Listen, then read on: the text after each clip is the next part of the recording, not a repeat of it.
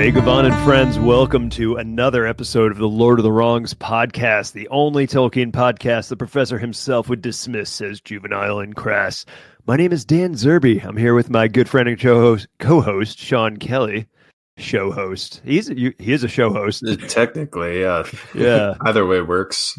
Yeah. And together we'll be discussing the writings, news, adaptation, games, and anything else regarding J.R. Tolkien's Legendarium in a way he would not be impressed by. Yeah. That's what we're going to do. Just ending it with a yeah. Okay. I mean, if you've listened to the show before, you know what you're in for. Yeah. Smooth intros and even smoother hours of discussion. Yeah, that's right. And if you know how to read, you'll see what this episode is about. We're going to be discussing Sauron today. However, before we get into that, it's time for everyone's favorite recurring segment, Correction Corner. Did it? Wah wah. I feel like yeah, I'm thinking it felt maybe a little too triumphant. Yeah. Yeah, sad trombone's probably the yeah. Oh, wait, no, here I actually have the perfect sound for this. Oh no. Yeah, Correction Corner. There it is.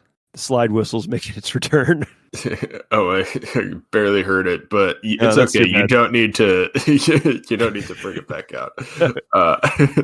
Yeah, sure? this time. I could do a bunch of them and just see what. It's what okay. Works, I probably couldn't hear over the oversized correction dunce cap covering my ears because this one's on me. Yeah.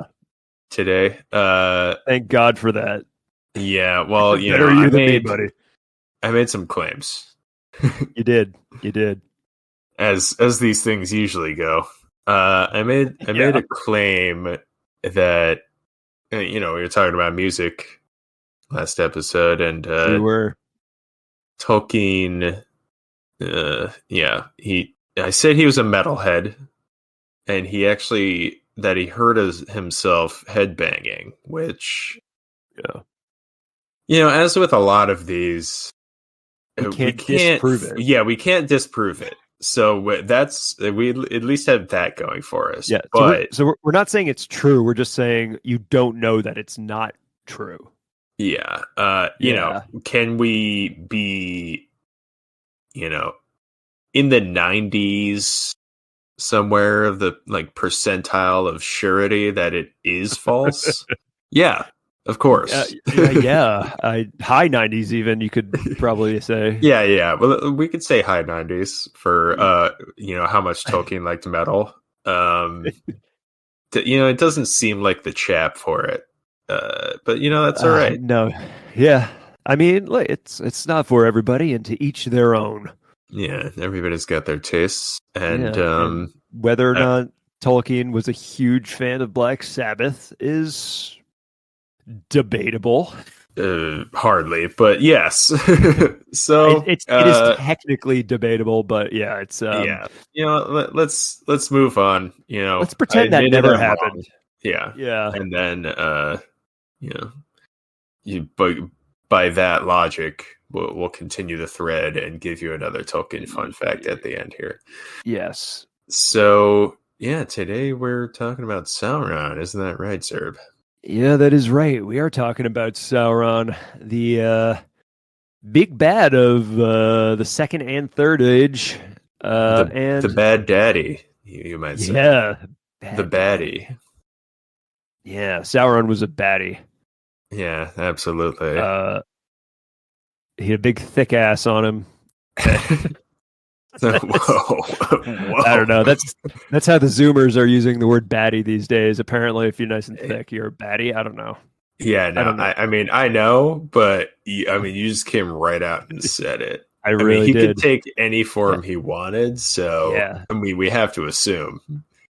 I mean, his fairest form was very similar to Megan Thee Stallion. Okay. I really don't.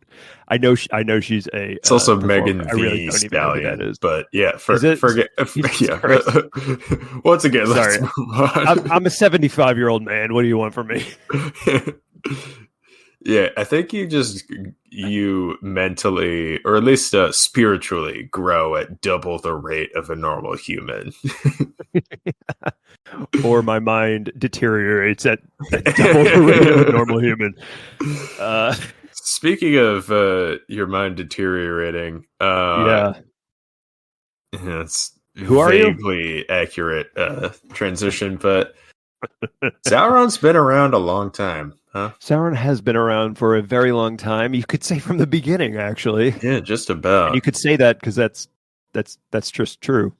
Uh, Yeah. uh, So Sauron was a yeah, Maia. Yeah, let's just start it off right with a little bit of yeah, the fictional, a little basics. biography here.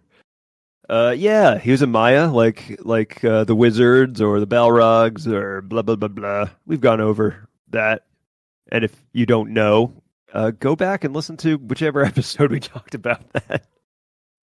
Yeah, I mean we brought Yeah, it up times, but he was several basically an several times. Yeah, angel, but he was probably one of the most powerful.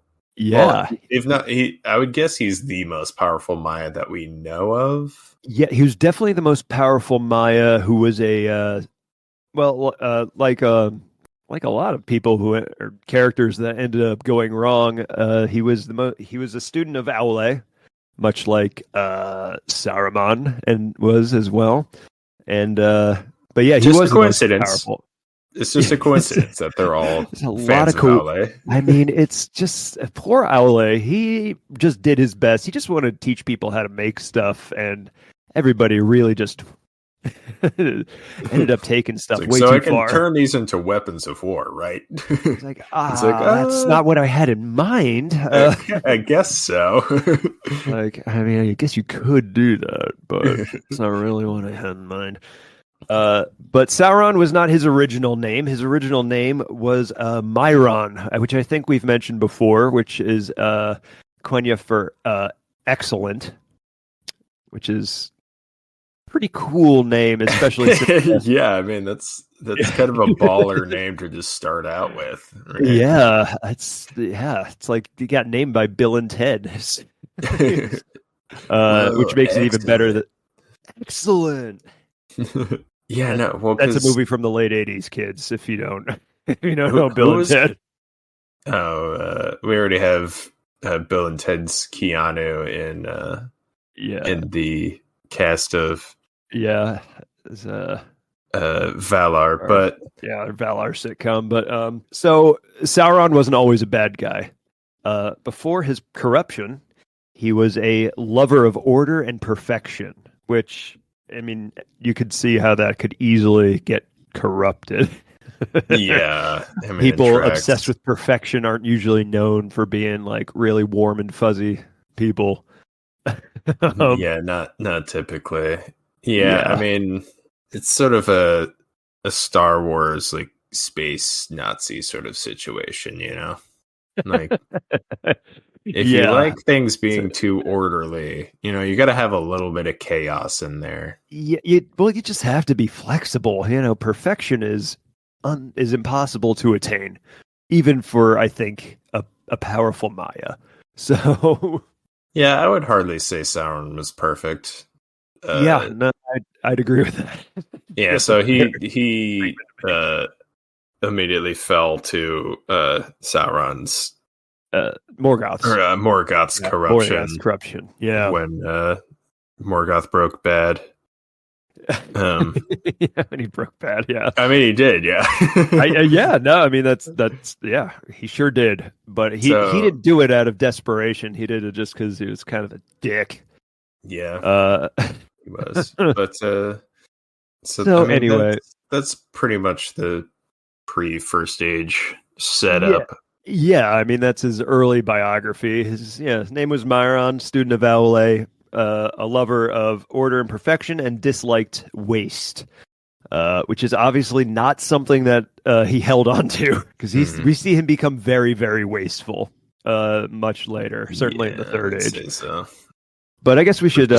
If you throw enough orcs at a problem, it's going to get resolved eventually, Yeah. one way or another. You know. Yeah, you throw enough orcs at something, you know, burn enough trees, But yeah, so I guess what should we should just go through a little bit of the first stage biography, what he was up to as Melkor, aka Morgoth's lieutenant.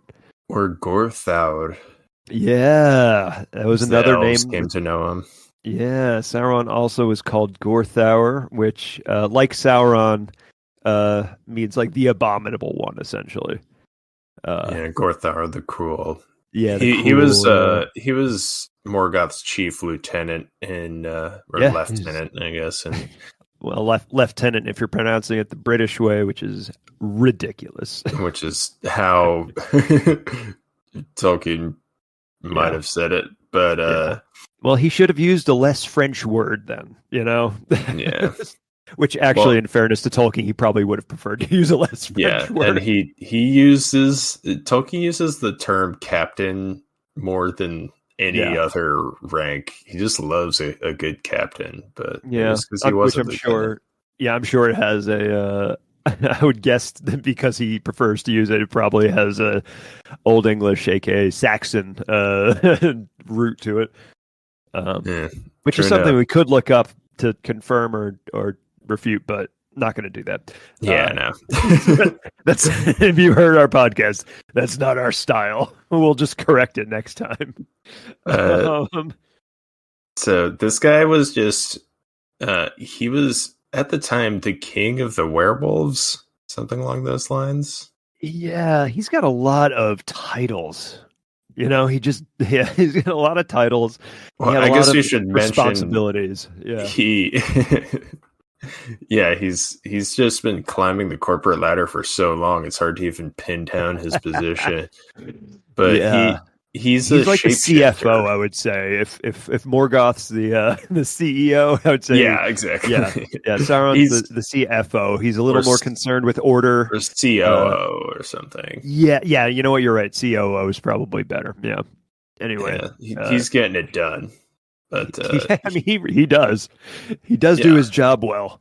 He's but doing horrible, terrible things, but he's doing them very well. yeah, And not a you have to appreciate performance at that level, with that kind of stress. yeah, not a good job, but he did a good job. But Yeah. yeah, so at the time he was a shapeshifter. Yeah. Yeah. Which I mean, I guess all Maya on some level were, Could be, right? But I guess yeah. he I was good mean, at it. many Maya took various forms for sure. But yeah, I mean, I think Sauron's, I think described more than any other Maya as having many, many, many forms. I wonder if like he was able to change it up on the fly or what, because we see him in a fight and stuff. Like he changes. So basically, he was Morgoth's lieutenant. So Morgoth basically gave him. They took over this elvish tower. Yeah.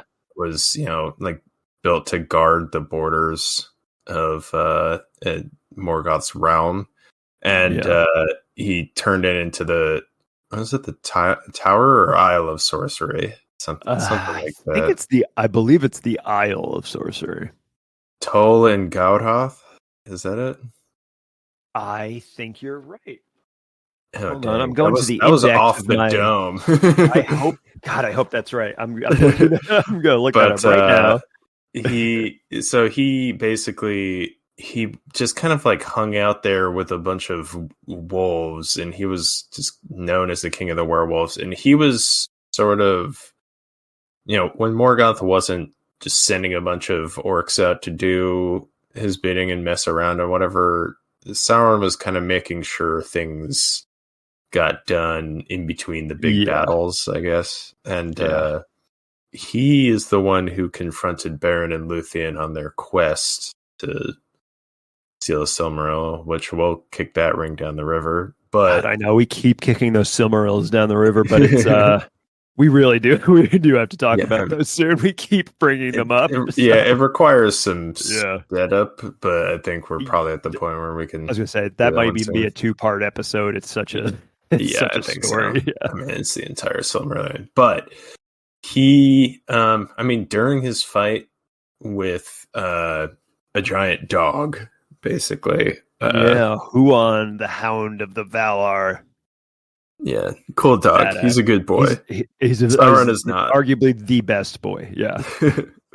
But he turns into a wolf and then ends up turning into like a bat and trying to escape, but they're able to. It says that he turns into a vampire. Oh, a vampire. Then, yeah. He specifically says he turns into a vampire, which seems to be a lot of work just to fly away when you could just turn into a bat. You know what I mean?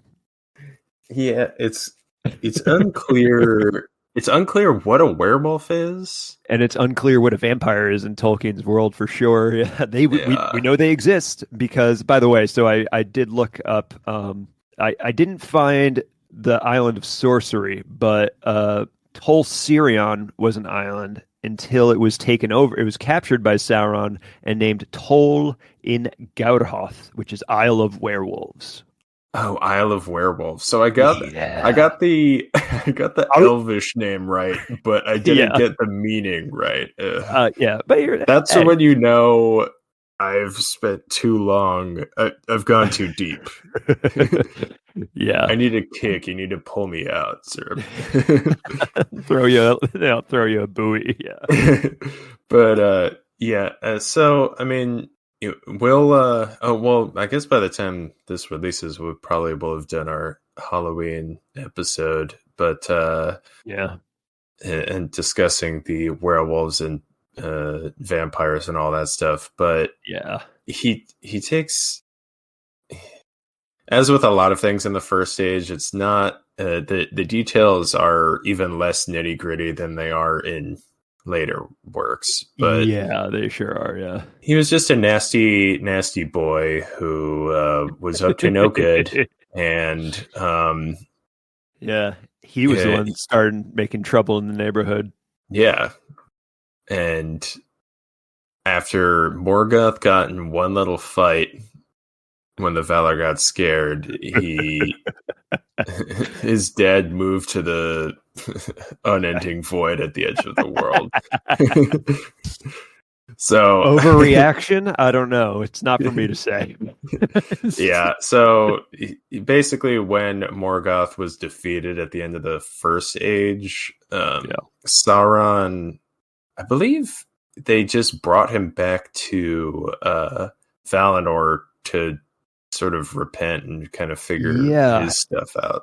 Yeah, and he seems to repent the first time he's captured and brought before the Valar. Yeah, the first time. Yeah. But as we have heard Sauron called a number of times. And I was going to say that was after Morgoth's first. Yeah, he's a known liar. He's a known dick. I will say, so the first time Morgoth is defeated, that Sauron maybe even is actually somewhat repentant, but after Morgoth's final defeat at the end of the First Age, he just runs and hides. Oh, that's what it was. Yes. Okay. Yeah. So he ended up coming back with him the first time. Yeah. Yes. Yes. Okay.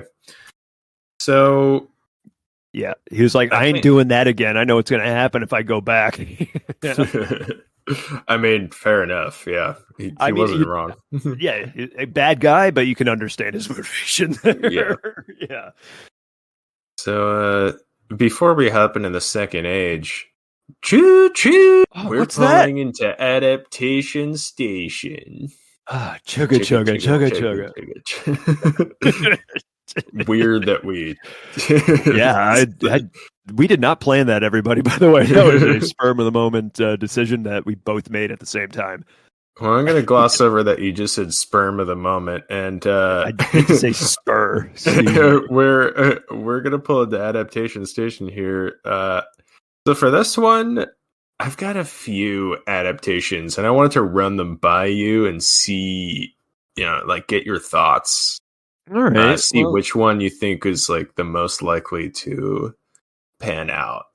All right. Well, what are your ideas? I'd love to hear them. I'm very excited. So here are my Sauron spin-offs. So since we're talking about the titular Lord of the Rings, I figured we could do a couple, spin-offs based on that. So I've got Lord of the Flings. It's a Ooh, is that like bachelor-style show. Yes. The goal is to find that special someone for the baddest one around. Yeah. You get a ring instead of a rose to move on to the next round. Yeah, exactly. Who's he I at like my run? Yeah. Yeah. Get it? Admire. Okay. Anyway. Yeah. All right. So let's move on. It was a great swing. Your form was beautiful. It just didn't quite connect. And we got Lord of the Zings, where Sauron hosts a roast. Comedy roast. That would be a lot of fun. I think that would be a great show. Yeah. I don't know exactly what Sauron's sense of humor is like, since we see him directly more in the first stage than that's any true. other story. If he has any, it's very little dialogue. So we don't know how snarky he was. We don't know. I mean, I'd love to imagine that he was a Don Rickles type who was just constantly roasting everybody around him. Yeah, or he just gets they try to roast him and he just gives them this like that death stare from the Hobbit movies where they just got to sort of like warp through this like trippy reality thing. All right, so anyway, we've got Lord of Cha-Chings. Sauron's got a pawn shop. Oh, sure, yeah. And he's going to screw over everybody who comes into that pawn shop.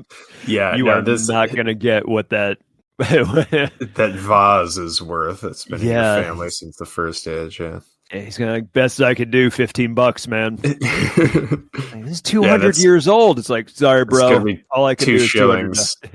Sorry. I can only do 3 silver pennies for that, bro. Sorry, bro. I can't do any more than that, bro. I mean, you're gonna have to take it somewhere else. Wow. And then all right, so those all seem pretty reasonable. So what about Lord of the Bings? I got Is that not as good as Lord of the Google? No, it sounds like it's barely just worse. Not as good as Lord of the Google. Yeah. Also, hit us up, Google, if you want to give us any money for that shout out. Just saying. Yeah. Big swing. But Lord of the Bings, a recently rehabilitated baddie discovers his salvation in his newfound goal, running the largest cherry farm on the West Coast. He farms cherries now. Like in you know what? He's got an orchard. I thought maybe you were talking about like Bing Crosby, but it's Bing cherries. I like that. That works too. Or like a Chandler Bing. Yeah, no, there are options. We can keep the name, but pivot. And last I got is Lord of the Things. Ooh. You wanna guess what that one's about? Is that a porno? No. Okay. I didn't. I mean, it doesn't have to be. I just, you asked me to guess, and that's the first thing that I thought of. Question, and funny reference to Old English before. It's the Old English use of the word "things," which is like a meeting or a like. So he just we just watch him just dominate a bunch of board meetings, sort of American Psycho style. Yeah, he just zooms in on his face and he's just furious about someone else's business card. Yeah, it's just like, that guy's jewelry, it's perfect. How is his more precious than mine? It's embossed, that motherfucker. Yeah, it's one of those situations. So, man. Yeah, I mean, I figured Mordor Psycho instead of American Psycho. Yeah, it works. A Mordorican? No, that's too much. It's too much of a mouthful. It doesn't work. Yeah. No, just stick with a lot of rhyming. swings in this episode. We are really like just going for it and just you could say we. I mean, you had the one. I was just saying, I'm really. Yeah, fair enough. I'm 0 for 2 in my big swings today. So, I figured I'd line us up a few options and we could pick one and go from there. But I guess in the meantime, maybe we could talk about Sauron in the Second Age. Yeah, Sauron in the Second Age, where we get to see sexy Sauron. Yeah, stupid, sexy Sauron. Stupid, sexy Sauron. For you kids, that's a reference to a Simpsons joke from like 34 years ago. So yeah, I mean it's been a meme. It has been recently, but well, who knows who's seen The Simpsons anymore? I mean, the show hasn't been good in 20 years, in my opinion. But anyway, I'm not here to shit on The Simpsons. They solidly got their place in pop culture more than this podcast certainly ever will. So yes. So anyway, Sauron, he kind of. It's not that he does more in this age, but this is where he really starts to come into his own as because fledgling Dark Lord. Yeah, he gets to be the big daddy baddie or whatever we're calling him. Yeah, I don't. I mean, Sauron's daddy. That's Sauron is daddy. He's a bad daddy. So he basically steps in and takes over for Morgoth in the Second Age. Yeah, but unlike Morgoth, who is really obsessed with just pure domination and just making chaos. Life hell for everybody else. Sauron, like we said earlier, all about order and perfection. And in his own mind, he was doing it for the good of Middle-earth. But, that's what everybody with a giant ego who wants to tell everybody else what to do thinks. It's for your own good. I know what's best for you.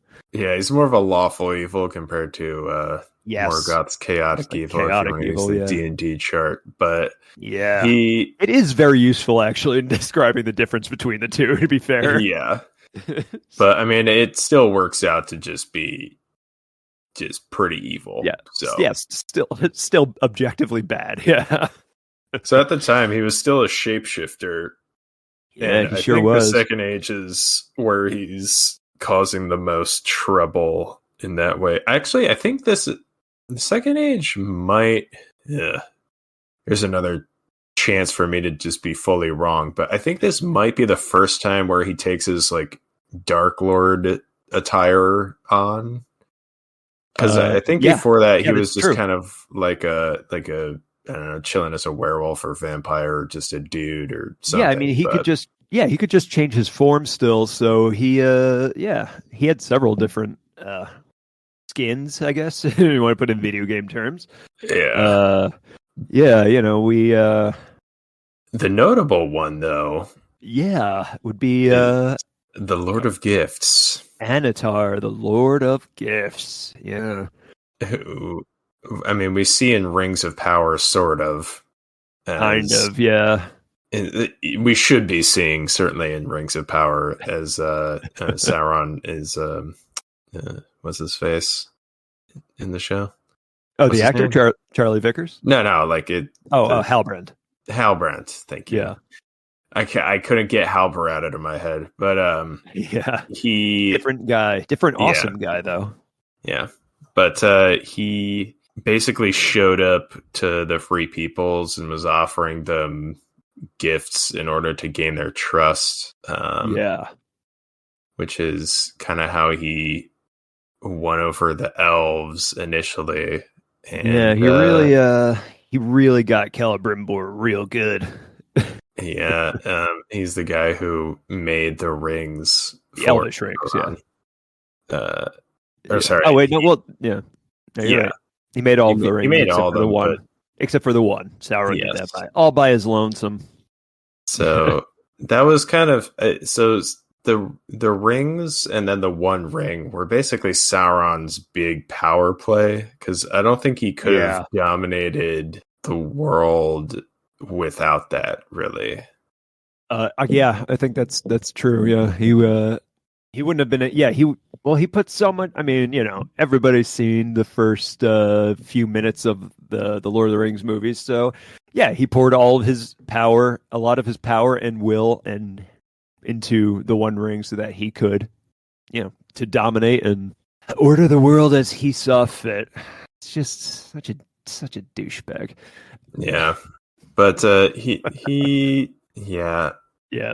Sorry, I completely lost my train of thought. You're gonna have to cut That's all right. Yeah, I did as well. So, so he befriends Celebrimbor under the guise of Anatar, Lord of Gifts. Specifically said, he puts on a fair visage, that's where we get the sexy Sauron thing from. He's very good looking in that form, because it's a lot easier to trick people when they want to bang you. Yeah. That's a lesson for real life, everybody. I mean, yeah, it's it's not life untrue. is easier when people want to have sex with you. It's rather unsavory, but it's not untrue. Yeah, well, yeah.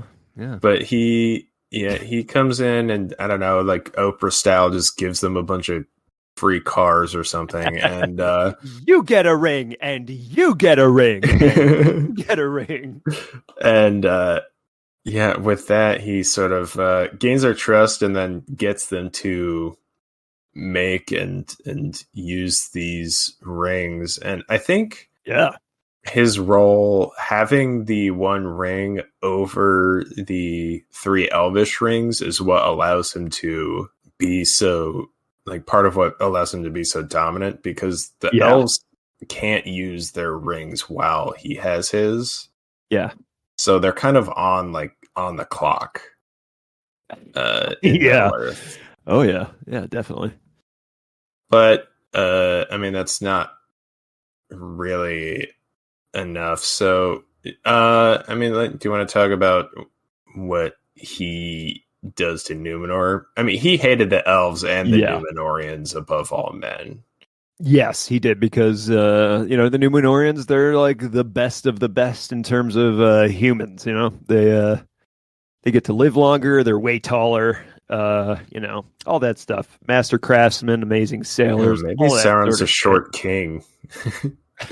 might have just been jealous or something. Who knows? Oh man, yeah. This is all like a Napoleon complex. Yeah. Oh, Sauron's just really short. Oh man, that's so great. He's just got we're really going to 12-inch platforms on. He's got big Gene Simmons style boots on. The dragons on him. Seem taller because he's just a little guy, and that's why he's so insecure. But he turns that insecurity into basically he takes over Mordor at some point, and is sort of threatening Middle Earth, and so the Numenorians, and I'm gonna try to sort of do this without spoiling too much. They basically capture. Yeah, these are spoilers for Rings of Power, by the way. Yeah, but again, the Silmarillion's been out since 1976, I think. So it's not like But he gets captured effectively. He just sort of surrenders to the Numenorians, and they take him back. Yeah, he lets himself be captured by the Numenorians. Yeah, because he wants to go to their island and start twisting some ears, and he does. He does pretty effectively. Yeah, maybe literally. I don't know how many ears he actually twisted, but I think it was probably more metaphorical. Yeah, probably more metaphorical. But he goes. He wasn't a Catholic nun, as far as we know. And no, he wasn't twisting ears and rapping knuckles, most likely. But he just sort of turned the whole island, well, not the whole island, but most of the people, to worshiping Melkor, human sacrifice. If you want, by the way, a gorgeous painting that describes that, of the Numenorians sacrificing humans to Morgoth, in a relatively new release, The Fall of Numenor, which is a book that was edited by Brian Sibley. The painting was by I think it was Alan Lee, illustrated and painted that book. But there's an absolutely stunning depiction of that in that book. Yeah, I believe another one. I recommend you pick it up. I actually haven't read it yet, but it's badass. There's so many amazing paintings and stuff. So I've gotten most of the way through, I believe, but I just read the Silmarillion, so it's kind of Yeah, a little redundant. Yeah. Yeah, you're just rereading. But Right, yeah. So he basically causes the whole island to just get Noah's Ark, and Yeah, he corrupts the Numenorians so bad that the is Valar like, just decide, you know what, we're beyond yeah, reconciliation here. we can't fucking fix these people. Let's just You listen here, you ungrateful little fucks. You're We're all gonna gonna drown now. You happy? Yeah, you get to take a bath forever now. And so they drown the island and with giant Sauron wave. on it, laughing until he was taken by the surf, basically. Yeah. And his form there, he is killed. But he can't truly die because he's a maia. So he's able to, his spirit is able to flee to Middle Earth, to Mordor. But he is never able again to take a fair shape. Yeah, see, that one I was always a little confused by. Like, is that a punishment from... I mean, it's just sort of unclear. Like, do you think it's a punishment from the Valar, or do you think it's just... Well, it would have to be Eru, I think, right? I don't think the Valar would be able to strip him of any powers at all, right? They're more powerful than the Maiar, but yeah, I mean, it could be Eru. They are more powerful than the Maiar, but it's like just I don't know if they like really they have wouldn't that ability. I don't know if they have that much power. Yeah, but he, or was it just that he was so utterly destroyed that that form is just sort of lost? Yeah, he just kind of just ran out of. Oh, damn it! What's the sexy juice? I was going to say, what's the World of Warcraft word for like your health? Mana? Is that right? HP? I thought it was mana or something like that. Isn't that hit points? Or is that health points? Whatever. It doesn't matter. Yeah, I don't know where you're going. I was going to make a joke, but I don't know what I'm talking about. So I just can't do that. Zerby, you just need to learn when to stop trying to make video game references, because we all know now. Yeah, I know. Yeah, that episode has been released, and my my absolute hopelessness when it comes to video games is going to be known to our audience by then. Yeah.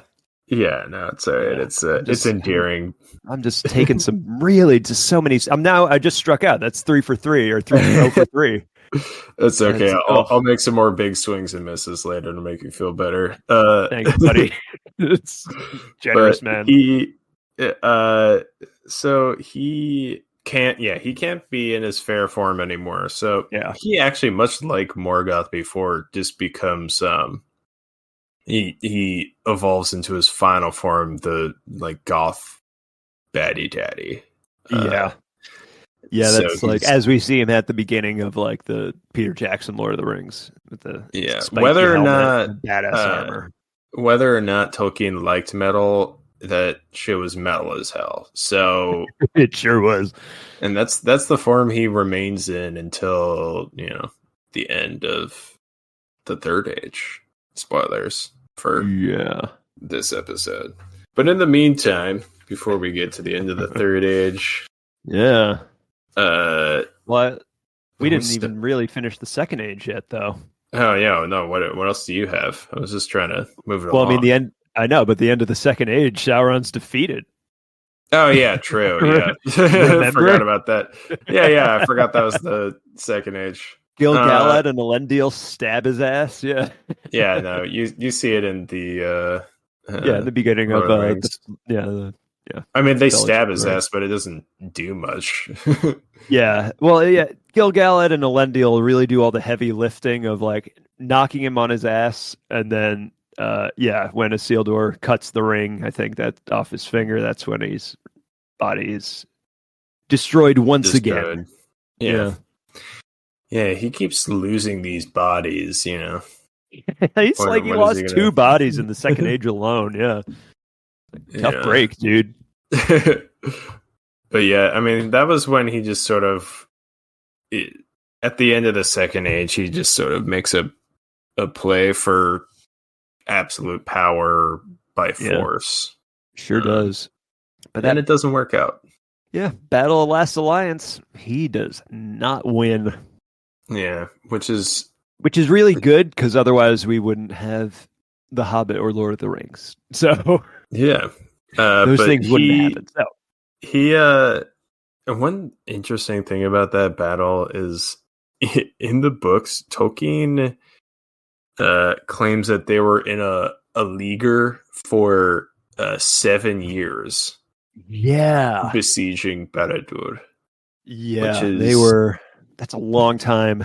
Although it's it's nowhere near as long as the Siege of Angband in the first age. Was it 100 years or something? It's like 100, 300 years or something crazy long. Yeah.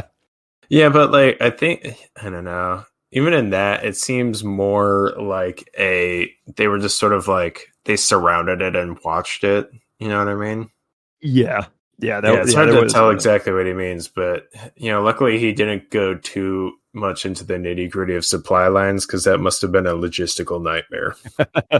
Yeah, seriously. Oh God, that's a lot. All right, so now Zerby, can we move on? Yeah, I give you permission. please, Zerby. Okay, fine. And we don't have a stinger for this one, but I've got a Mad Men of the West. Do. Yeah, we've so I'm pretty sure we might be able to get into trouble if we claim that we have a sponsor. Yeah. And they aren't sponsoring us. So I want to make sure this is all worded nice and carefully from a legal standpoint. We have a sponsor lined up for a potential remake. I'm exaggerating, or just flat out lying for comedy. There we go. All right, bases covered. Hallmark. Deceiver. Sorry, go ahead. Hallmark. So I got an ad. All right. For Hallmark. Okay. Yeah, you're just trying to see how this connects. Yeah, it's just not what I thought. If you had asked me to guess that one, wouldn't have been close. Yeah. No. Proceed, sir. Name yourself Lord of Gifts this holiday season with Hallmark. Looking for just the right message to turn Numenor to the worship of Melkor? Want to thank a giant spider spirit for having your back all these years? Need to tell that special someone just how much you'd like to trap them in eternal servitude as an extension of your will bound to the ruling ring? Hallmark is here for you, the holidays, however horrid. Wow. Yeah.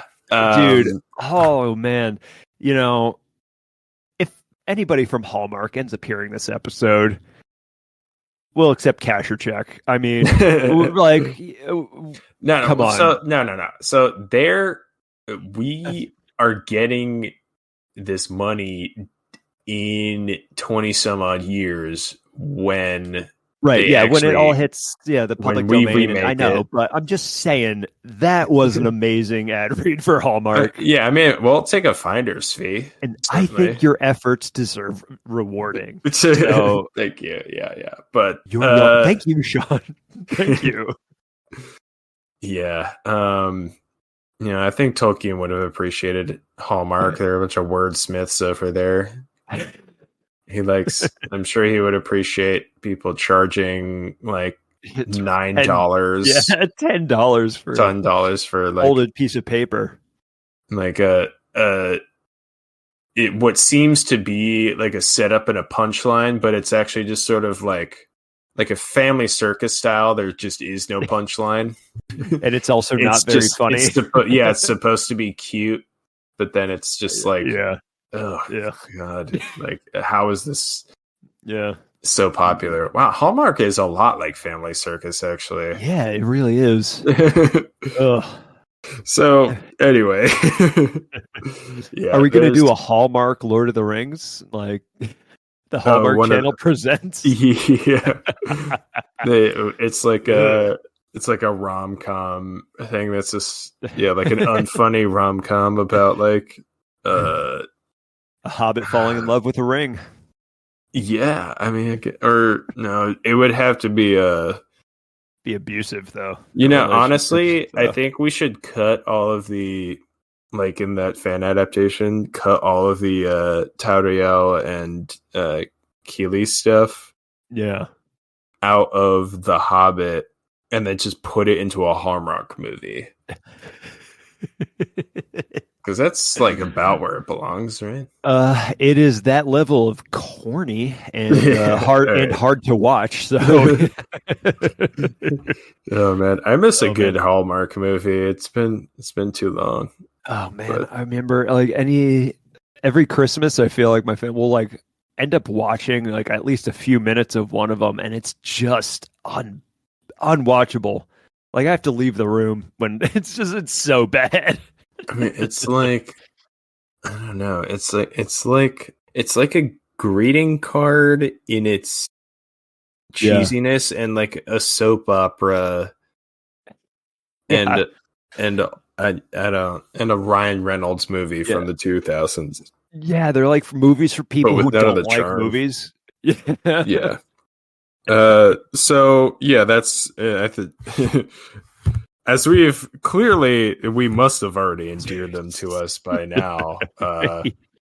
Yeah, I think they'll make a great We're just trying to help them to grow, just trying to grow their fan base a little bit. That's all. Yeah, you guys, we're here to help. Hey, any of our listeners, you guys go out and check out the Hallmark channel. I cannot in good faith recommend that. But anyway, let's move on to the Third Age. Yeah, the Third Age, which, we don't have to spend nearly as much time on, since we're hoping if you are listening to this podcast, you've at least seen The Lord of the Rings, Yeah, and so you generally know what happens. But when he shows up at as the Necromancer, and that's the first time we see him, which is... referenced in The Hobbit. He's in Dol Guldur at that time, which is it's in the southeast of Mirkwood. Of Mirkwood, it used to be, I believe, an Elvish stronghold originally, if I'm not mistaken. That was abandoned, I think. Amon Lang, and then it becomes Dol Guldur. I think so. Yeah. It's Sauron's little hidey hole after getting his ass kicked at the end of the Second Age, and he hangs out there and is he's sort of influencing a lot of the badness in Mirkwood. That's like why the forest is giant spiders and itchy and creepy. But he's working more quietly behind the scenes for most of the Third Age. He's really just like keeping his head down, gaining power, amassing strength, and it's weird. The order of things is strange here, but I want to, and we will have discussed the Necromancer in the Halloween special, but it's strange that he's called the Necromancer, because it's clear it's one of those words that Tolkien used because of its like roots and stuff, but it doesn't have like the. I mean, he does some necromancery stuff. I was gonna say he does do some, for sure. But he doesn't make the barrow wights or anything like that. Like there's necromancery stuff that just happens outside of that, but. Morgoth's influence, But he doesn't. He honestly doesn't even do that much when he's the Necromancer. I guess he just doesn't. He's sort of just trying to build back up his power. Yeah, he's not trying to get a spotlight on him until he's got a lot more strength. Yeah, but too bad, because the White Council notices, and they just come and they find his ass out. Yeah, they sure do. That's in the appendices of Lord of the Rings, right? I believe it is. Yeah, yeah. I think they go into the yeah. It's that. I think it's in the Tale of Years. They talk about that. If I'm Oh not yeah. mistaken. Um, They. J.R.R. yeah, Tolkien writes about that. yeah. But he, uh, you see it in The Hobbit, not directly, but Gandalf Yeah. just leaves for a period of time, and Yes. Yeah. So when Gandalf leaves Bilbo and the dwarves at the edge of Mirkwood, he's running off to a meeting of the White Council, I guess. And yeah, they gotta which go in the take care of business. in the Jackson movies they did show all of that. Yeah. Yeah, I Pretty was just good. hoping that there was some people that listen to podcasts have read at least The Hobbit, but not watched the Hobbit movies, which would be a Yeah, really weird cross section. it really That would. Venn diagram has the tiniest It's a little. real, It's a yeah, it's pinprick in the it's a middle there. liver, yeah. But I mean that's sort of for the third age. It's weird that he takes, basically 3,000 years to get his act together, gets defeated, and then 60 years later, he's like, all right, now I'm good. Now. Yeah, right. Yeah, it is. Yeah, that's how good he is at secretly amassing power. Yeah. But But yeah, he can't fully amass his power without the One Ring, which is right. why, He wants it so that's the back whole so point. bad. Yeah, it's the whole story of Lord of the Rings. Yeah, Which yeah. is, as I said before, named after Sauron. Yeah, because there is Yes, but one Lord of the Rings. and he does not share power. Yeah. Yes, you're right, Yeah. Gandalf. He doesn't. Yeah. But yeah, so anything else I Anyway, did want to yeah, discuss. Sauron's defeated at the end of the Third Age, as we all know, when Frodo, Sam, and Gollum destroy the ring, which is not necessarily in the plans of Frodo or Gollum, but it happened nonetheless. And Yeah, Sauron maybe is didn't play out the way they wanted, but defeated physically forever. But, because he is a spirit, he can't be killed exactly. But yeah, he doesn't cause any more trouble. yeah, he's a mere spirit of malice that gnaws itself in the shadows. Yeah. Huh. Which is It sounds very hardcore. vague. It's hardcore and vague. Yeah. So Yeah. I would say Tolkien is not exactly renowned for his specificity, so yeah. well, he is and he isn't. Like it's like, it's like you have this whole history and like all these stories that connect over thousands and thousands of years. And then yeah, he'll be like, and yeah, we didn't see him again for a while. Yeah, It's like that's the all he gives you. yeah, just mention that. Yeah, so Yeah. he showed up, 2,500 years later, and we don't know what he was doing. It's like, oh, okay, well, He's just quietly quietly doing something. yeah, Anyway. he was learning, Yeah. learning to play Go or something.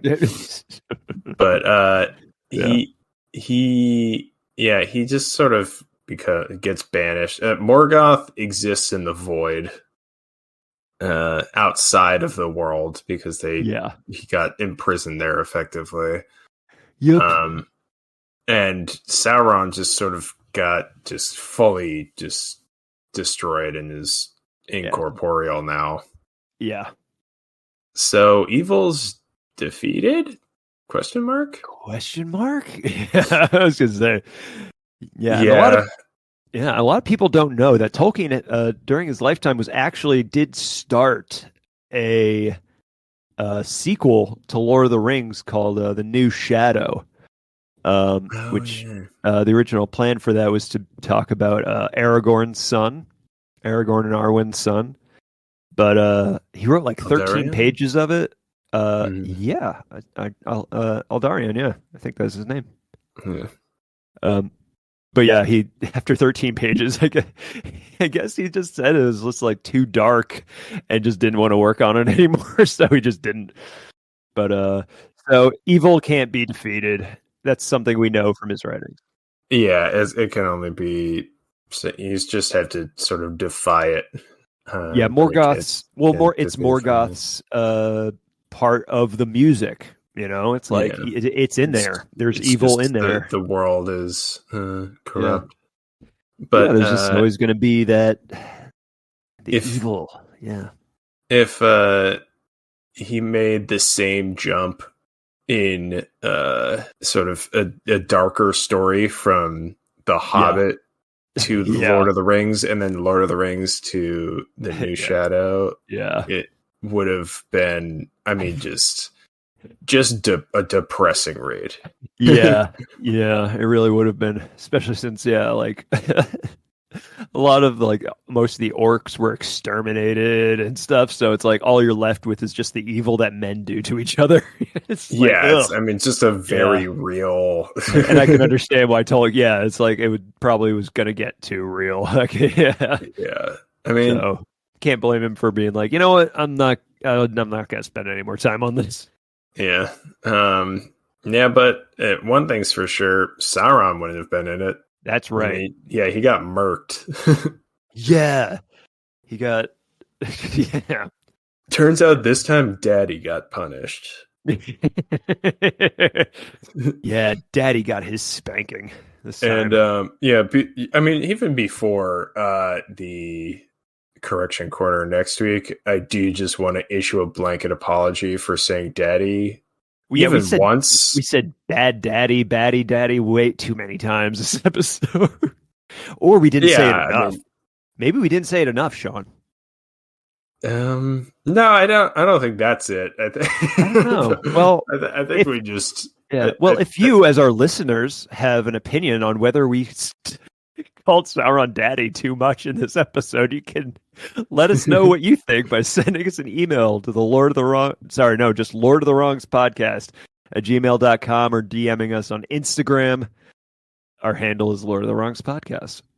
I hope somebody just out of the blue just tells us, you've said Daddy too much. And I just, because I'm going to immediately forget the context of this episode and just be like, what?